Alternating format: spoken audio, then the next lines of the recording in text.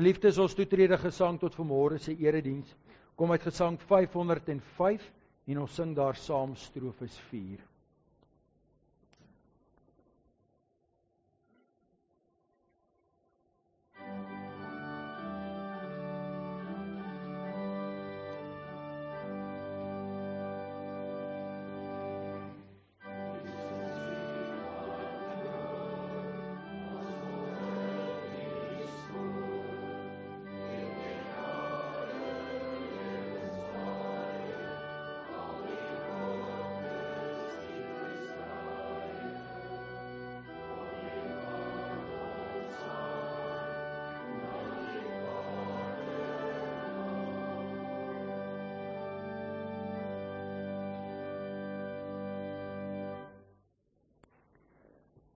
Geliefdes, die baie bekende Kerslied, Gesang 368 sê, wees bly, loof die Heer, lofsing die Heer se groote naam, ja, prys die Here.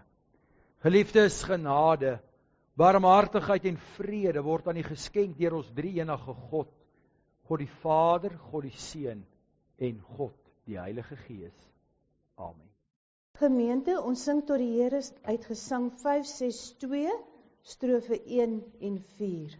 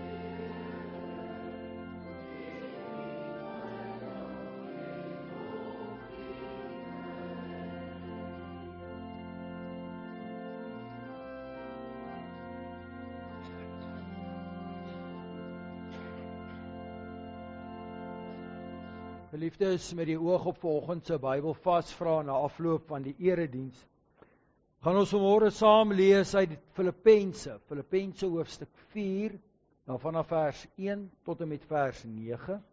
En ons gaan dit ook saam lees uit die 1983 vertaling ter wille van die vasvra. So die van u wat hoofstuk 4 moes leer, u moet nou mooi luister. Maar voordat ons saam lees, terwyl u so sit, laat ons saam bid. Ons Vader wat in die hemel is, o Heer, dis weer 'n groot voorreg om hier en nou in ontmoeting te kan tree met U. En so bid ons, Here, dat U hard en duidelik tot elkeen van ons sal spreek. Here, U ken ons. U weet wat in ons lewens aan die gang is. Anders gesê, Here, U weet of ons vanmôre hier sit met lewensgeluk, of ons vreugde ervaar, en of ons hartseer, bekommerd en bedroef is, moedeloos, platgeslaan. Nie net ons wat vanmôre hier teenwoordig is nie, maar ook geliefdes wat inkyk en inluister oor die wêreld heen. Here, U is bewus van elkeen se hartklop. Vader, daarom bid ons. Mag ons vanmôre vreugde vind in die teenwoordigheid van U woord. Mag U Gees vreugde in ons lewens laat voortspruit as ons ook later hier uiteengaan. Vader, ons hoef nie te verduidelik oor al die dinge wat ons bedruk en hartseer en moedeloos maak nie. Here, U ken dit. U is deeglik bewus wat in hierdie wêreld, in die skepping aan die gebeur is. U is deeglik bewus van die sondaar se handewerk. Maar so ook, Heer, is U ook deeglik bewus van U kerk en van U kudde. En daarom pleit en bid ons vir die beskerming van U Seun se liggaam, Jesus Christus. Vader, lei ons, dat ons inderdaad, soos ons verlede week ook opgeroep is uit hierdie brief, eensgesind sal wees, standvastig sal wees in die geloof, dat ons nooit ons eindbestemming uit die sig sal verloor nie. Vader, ons bid vir elke broer en suster wat siek is. Heer, wat 'n stryd voer met siekte, wat bekommerd is oor geliefdes, oor kinders, oor ouers, wat finansiële druk ervaar, moeilike werksomstandighede, druk by die skool, 'n drukprogram. Ag Vader, ons bede is, hou U hand oor ons. Skenk aan ons daardie geloofskrag, maar ook daardie liggaamskrag om te kan volhard. Vader, as ons so bid, dan bid ons dit in nederigheid, maar in 'n diepe besef van ons afhanklikheid, Here. In 'n diepe besef ook maar van ons eie swakheid en menswees. Dis waarom ons hier is. Soos ons ook soms sing, kom en neem ons hand na die Vaderland. Dit bid ons in die Verlosser se naam, Jesus Christus. Amen. Geliefdes, ons lees aan saam daar uit Filippense 4, die eerste 9 verse daar. Daarom, my broers, julle moet vas staan en getrou bly aan die Here. Ek het julle baie lief en verlang na julle. Julle is my blydskap en my kroon. Ek vermaan Euodia en ek vermaan vir Sintige om eensgesind te wees in die Here. Ja, ek vra jou ook, getroue medewerker, wees hierdie vroue behulpsaam. Hulle het saam met my die stryd gevoer in diens van die evangelie, net soos Clemens ook en my ander medewerkers, wie se name in die boek van die lewe staan. Wees altyd bly in die Here. Ek herhaal, wees bly. Wees inskikkelik teenoor alle mense. Die Here is naby. Moet oor niks besorg wees nie, maar maak aan alles julle begeertes deur gebed en smeking en met danksegging aan God bekend. En die vrede van God, wat alle verstand te bowe gaan, sal oor julle harte en gedagtes die wag hou in Christus Jesus. Verder, broers, alles wat waar is, alles wat edel is, alles wat reg is, alles wat rein is, alles wat mooi is, alles wat prysenswaardig is, watter deeg of lofwaardige saak daar ook al mag wees, daarop moet julle gedagtes rig. En wat julle van my geleer en ontvang het, en gehoor en gesien het, dit moet julle doen. En God wat vrede gee, sal by julle wees. Geliefdes, tot sover ons skriflesing uit die woord van die Here. Gelukkig is elkeen wat die woord van God hoor, dit glo en ook daarvolgens leef. Amen. Geliefdes, ons gaan nou weer saam sing en ons sing daar saam uit Gesang 596, strofes 1, 2 en 3.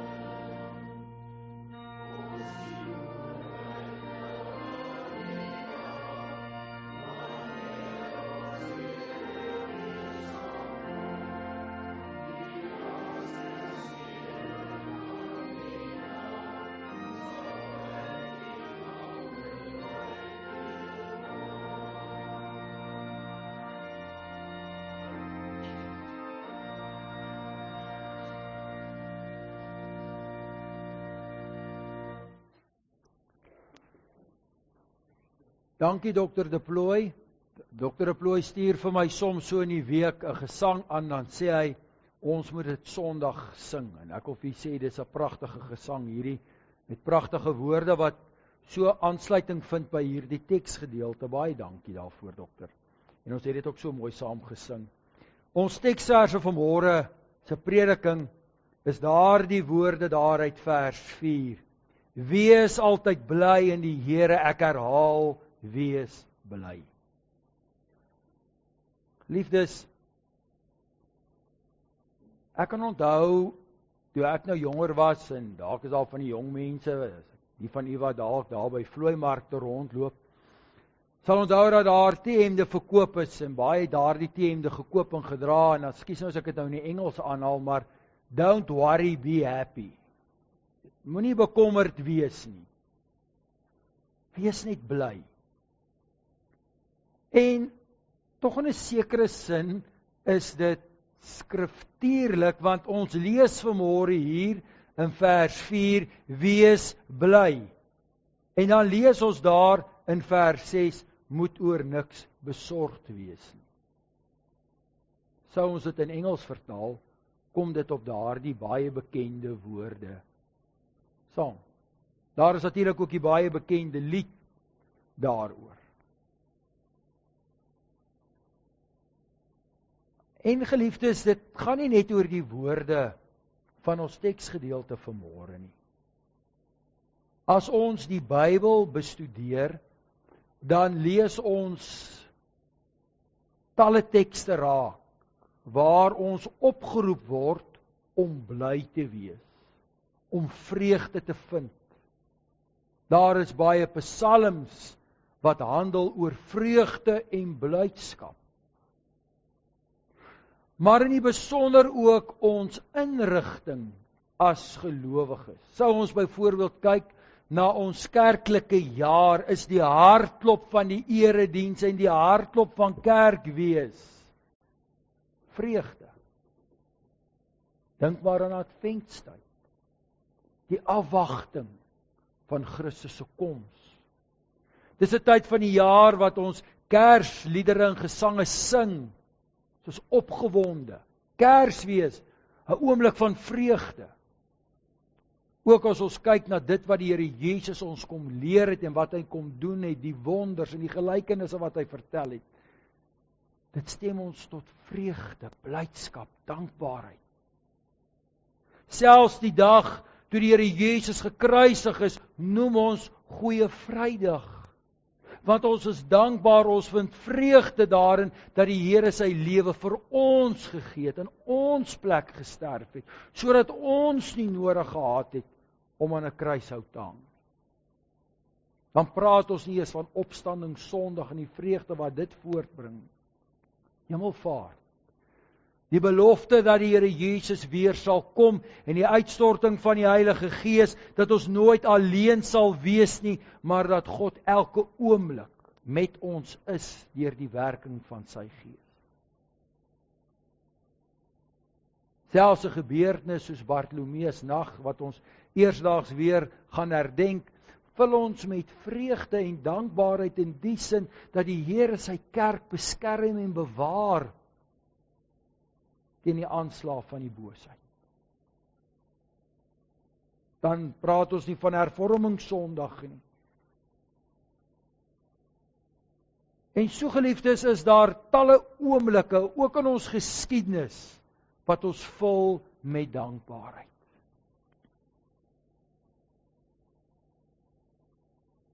Maar nou kom daar die vraag vanmôre, daar die vraag wat u sekerlik ook aangevoel het en dalk reeds vir uself gevra het, maar is ek werklik gelukkig?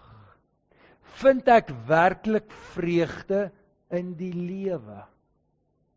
Ons sê so maklik vir mekaar, maar baie kere vir onsself, die lewe is nie 'n plesier nie. Die lewe het soveel uitdagings. En ons leef in 'n tyd, en nie net ons tyd nie, maar as 'n mens so sou terugkyk oor die generasies heen, die eeue heen, dan is daar soveel negatiewe dinge wat gebeur het. Soveel onsekerheid, soveel hartseer, soveel dood, soveel onreg. Noem dit maar op. En natuurlik is dit een van die hoofargumente ook van die goddelose, om te sê, maar waar is die God van liefde? Paulus besef dat hierdie 'n baie belangrike vraag is. En Paulus besef ook dat die mens baie maklik negatief gestem raak, dat ons baie maklik spoed verloor. En dat die lewe inderdaad nie altyd maklik is nie. Paulus se eerste brief aan die Tessalonisense sê hy wees altyd bly, en sou ons kon sê, maar vir Paulus op daardie stadium was dit maklik om dit te sê. Hy was nog jonk, hy was geroep, die Here wil hom gebruik, hy staan in die begin van sy sendingwerk, hy was blind en hy's genees, hy het die wonder van die Here ervaar, hy het die roepstem van die Here gehoor. Dink maar ook aan ons eie jonk wees. Die matrieks het Vrydag hulle 40 dae gevier. Ja, die lewe lê en wag. Daar die vreugde, daar die opgewondenheid. Maar dan stap die jare en daar gebeur dinge. En ons staan by grafte en die onreg vind plaas. En dan raak dit moeilik om opgewonde en vreugdevol te wees. As Paulus hierdie woorde spreek hier in vers 4, is aan die einde van sy lewe. Hy skryf en praat hier as 'n ou man. Maar hy sê, wees bly, vind vreugde. Soos die 2020 vertaling en die ou 33 vertaling sê, verbly julle. Vind vreugde. Ja, geliefdes, as 'n mens dit so met die eerste oogopslag sou lees, sou 'n mens kon dink, maar dis maar baie oppervlakkig. Moet oor niks besorgd wees nie en wees net bly. Daarvoor het mens tog nou nie die Here nodig nie. Daarvoor het mense die kerk nodig nie. 'n Mens moet eintlik maar vir jou eie lewensgeluk sorg. En daarom is daar talle mense wat maar voortdurend besig is om daardie vreugde te probeer vind. Baie probeer dit vind in finansies, mag, roem, noem dit maar op, plesier. Maar ook dit is van korte duur. Dis geen vaste sekerheid nie. Oornag kan vreugde in hartseer verander.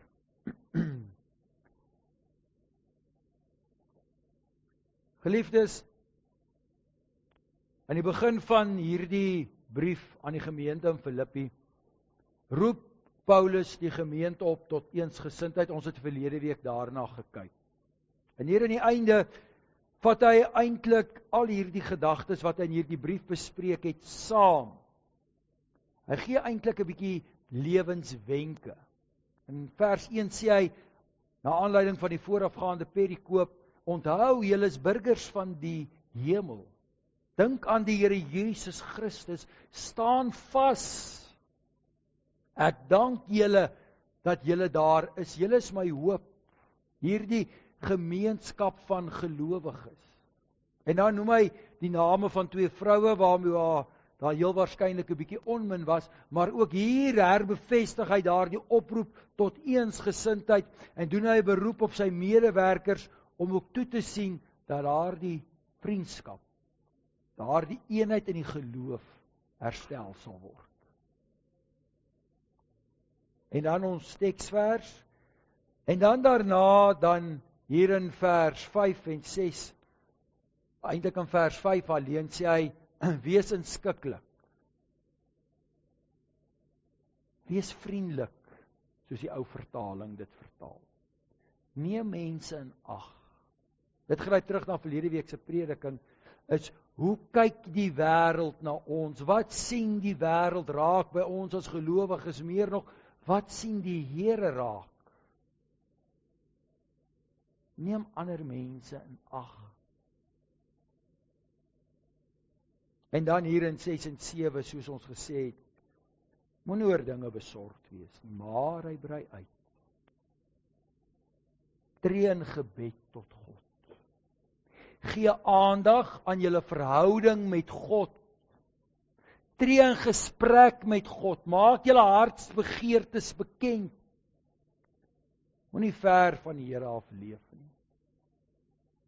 En dan weer laastens, sê hy ook weer hier in vers 8 en 9, sê hy fokus op dit wat goed en mooi en edel is. Daar is soveel mooi dinge in hierdie lewe. Vestig julle aandag daarop. Tel julle seëninge een vir een. Is daar die ou lied. Maar onthou wat ek julle geleer het. Onthou wat julle gesien het. Hy sou dit later ook herhaal vir Timoteus en vir die kerk. En die Here Jesus self sou dit ook sê aan die volgelinge van Johannes die Doper.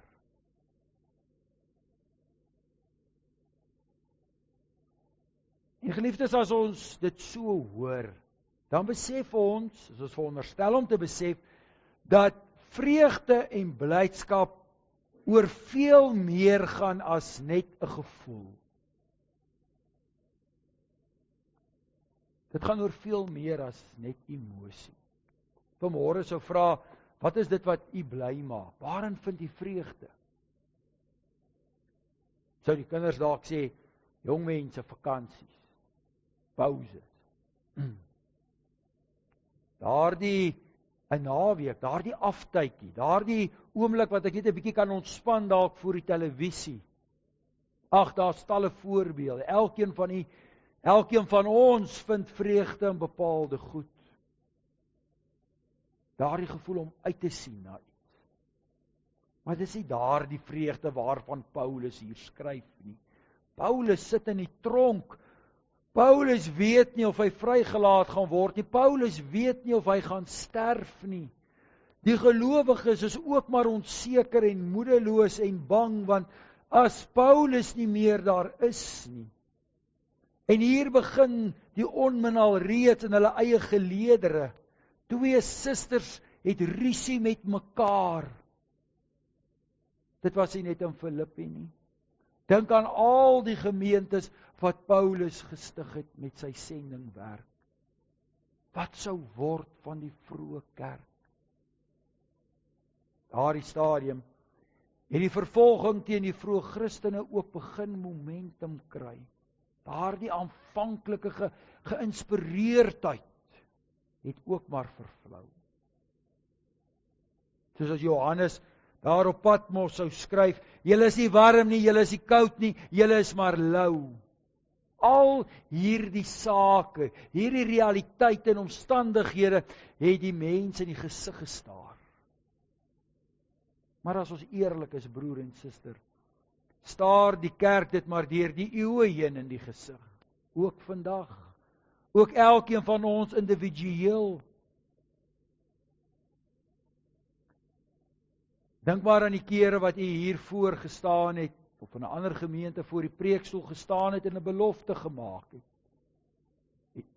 'n doopbelofte, geloofsbelijdenis, huweliksbelofte, kerkraadsbelofte. Noem dit maar op. Ja, mettertyd vervaag dit baie kere. Ja, baie van die is môre ook, kom ons wees nou eerlik, ook nie baie lus vir die Bybel vasvra nie, is nou ongemaklik, want ken dit ook nou nie so goed nie. Maar die doen dit nou maar uit 'n pligsbesef. Kom ons wees nou maar eerlik. Toets en eksamens is nie altyd lekker nie. Selfs die naam is so negatief. Ek dink hierdie week, ons moet dink aan 'n ander naam, Bybel vasvra. Dis om iemand in die hoek te probeer kry oor sy Bybelkennis. Dalk is daar van u wat met 'n beter naam kan vorendag kom. Bybel vasvra is op sigself al iets wat negatief. Geliefdes, waarin vind ons vreugde? Paulus verstaan vreugde. En mense kan gaan kyk na Paulus se ander geskrifte en na die Bybel. Soos ons reeds gesê het, dis nie emosionele ervaring nie. Baie mense jaag dit na vandag. Mense wil goed voel. Dis 'n ongelooflike mark. Daar word baie geld gemaak in daardie behoefte van mense. Het sy op wettige maniere, het sy met onwettige maniere. Selfs godsdiens word daarvoor ingespan om vir mense hierdie genot en plesier te verskaf. Maar as Here Jesus en die apostels die evangelie verkondig, dan jaag die Here nie hierdie ervaring na nie. Hierdie afskeiding van jou bruin nie. Nee. Dit gaan oor jou hart. Dit gaan oor 'n saak wat jou hele mens wees raak, en as 'n mens dit wil vertaal in Afrikaans, is daar maar die een woord wat altyd uitstaan: vrede. Ja, vrede, broer en suster. Dit laat ons maar ongemaklik voel, want ons leef in 'n wêreld waar vrede skaars is. Ware vrede soms lyk onmoontlik te wees. Ons onderhandel en koop tyd. Maar geloofsvrede lê op 'n ander vlak. En as ons hierdie perikop weer 'n bietjie uitmekaar uit gaan haal, dan sê Paulus, hy vind hierdie vreugde of hierdie vrede in die eerste plek omdat hy weet hy's nie alleen nie. Hy het medewerkers, hy het vriende, hy het medegelowiges wat saam met hom stry. Paulus verwys na hierdie mense soveel kere in sy skrywes, maar Paulus skryf ook vir hierdie gemeentes, want hy ag dit nodig om met hulle te kommunikeer, want Paulus weet, sonder sy medestryders is hy niks. Paulus het soveel vyandigheid beleef, ook van medegelowiges, volksgenote, regeringsamptenare, noem dit maar op. Maar elke keer vind Paulus sy vreugde daarin, dat hy deel is van 'n geloofsgemeenskap. Hy's deel van die Here se kudde. Dit is vir Paulus belangrik. En broer en suster, dit moet vir ons ook belangrik wees. Ons as kerk, ons as gelowiges, voel baie kere so eensaam en uitgelewer, en ons besef nie die voorreg wat ons het om deel te mag wees van kerk nie. Ons het verlede week ook daarna verwys. Dat ek is nie alleen nie. So baie van julle het al daarvan getuig, die dankbaarheid Hierdie week ook weer gehoor van lidmate, sê dankie vir die gemeente se gebede, dankie vir die gemeente se oproepe en omgee. Maar die belangrikste, vind Paulus sy vrede, sy vreugde, sy bly wees in die vriend met die hoofletter, Jesus Christus. Daarom sê hy, wees altyd bly in die Here. Vind julle vrede in die teenwoordigheid van God.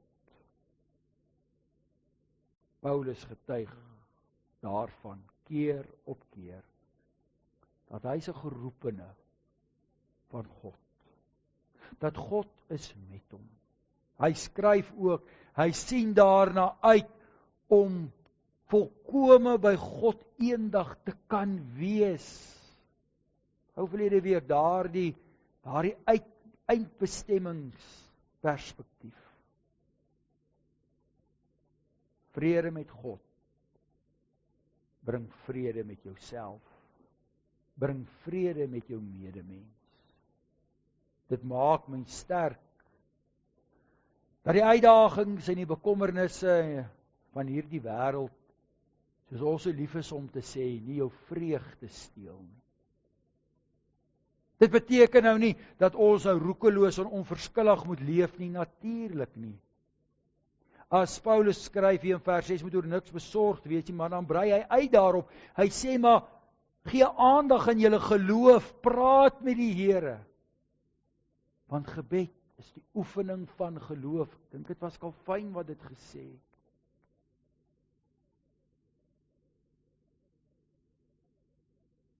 Ja, geliefdes,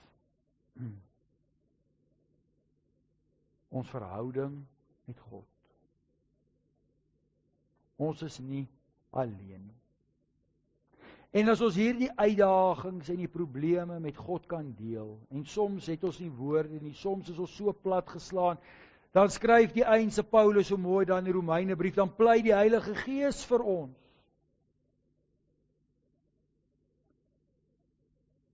Om vreugdevol te leef, is geloofsoefening, elke dag.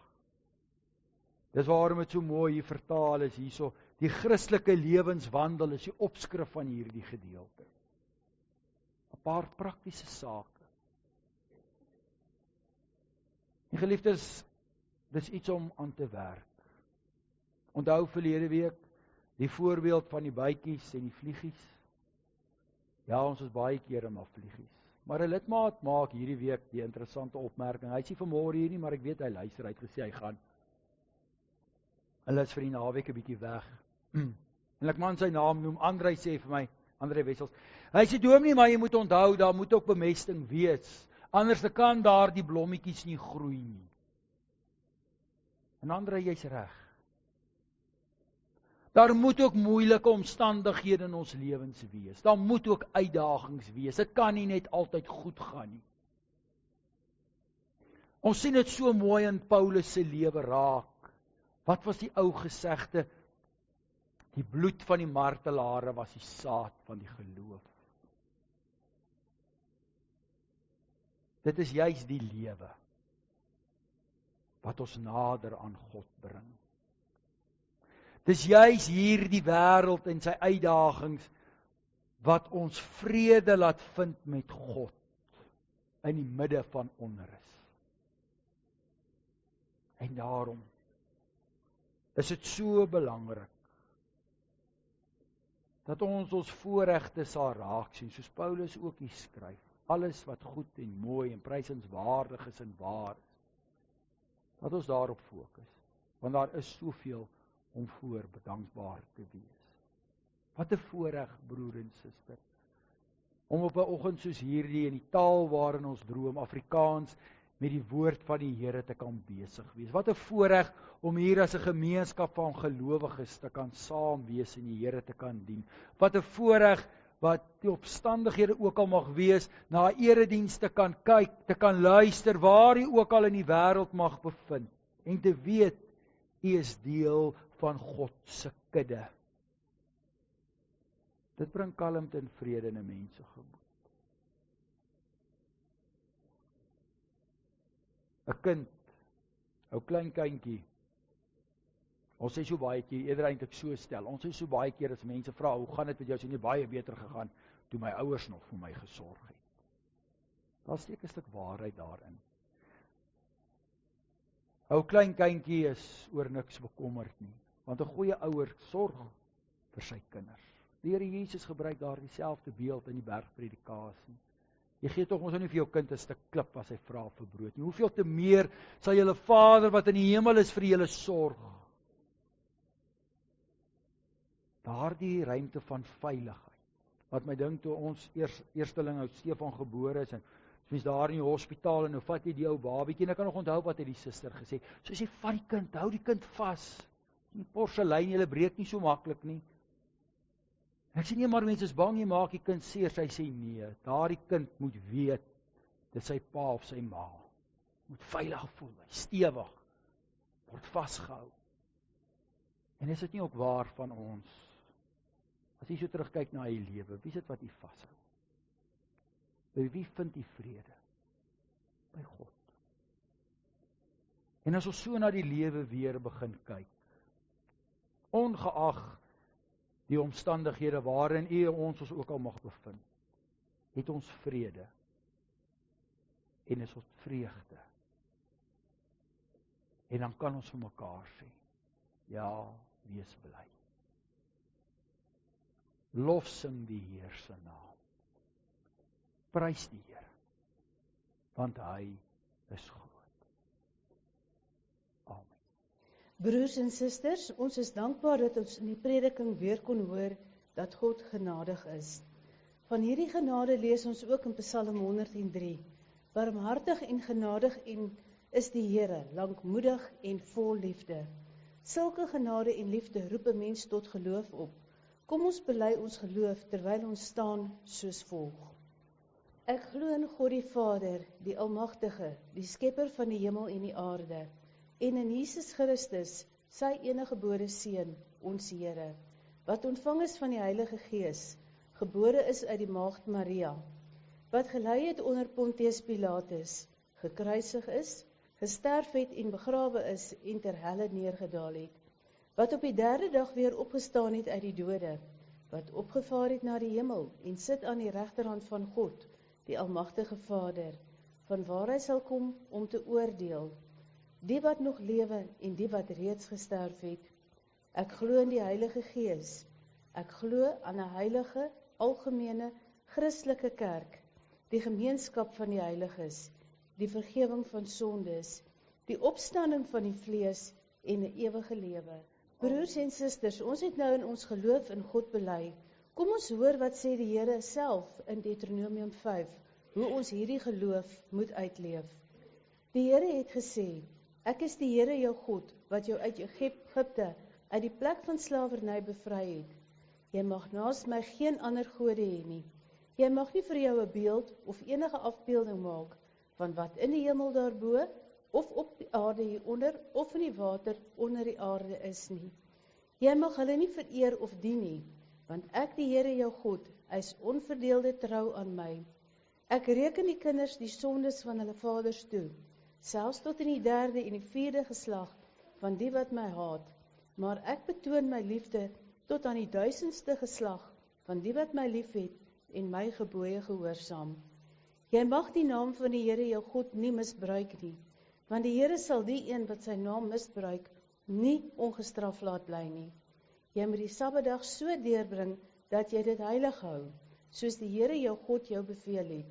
6 dae moet jy werk en alles doen wat jy moet, maar die 7de dag is die Sabbat van die Here jou God. Dan mag jy geen werk doen nie, nie jy of jou seun, of jou dogter, of die man of vrou wat vir jou werk, of jou bees, of jou donkie, of enige dier van jou of die vreemdeling by jou nie, sodat jou werksmense kan rus soos jy. Jy moet daaraan dink dat jy in Egipte 'n slaaf was, en dat die Here jou God jou deur sy groot krag en magtige dade daaruit bevry het.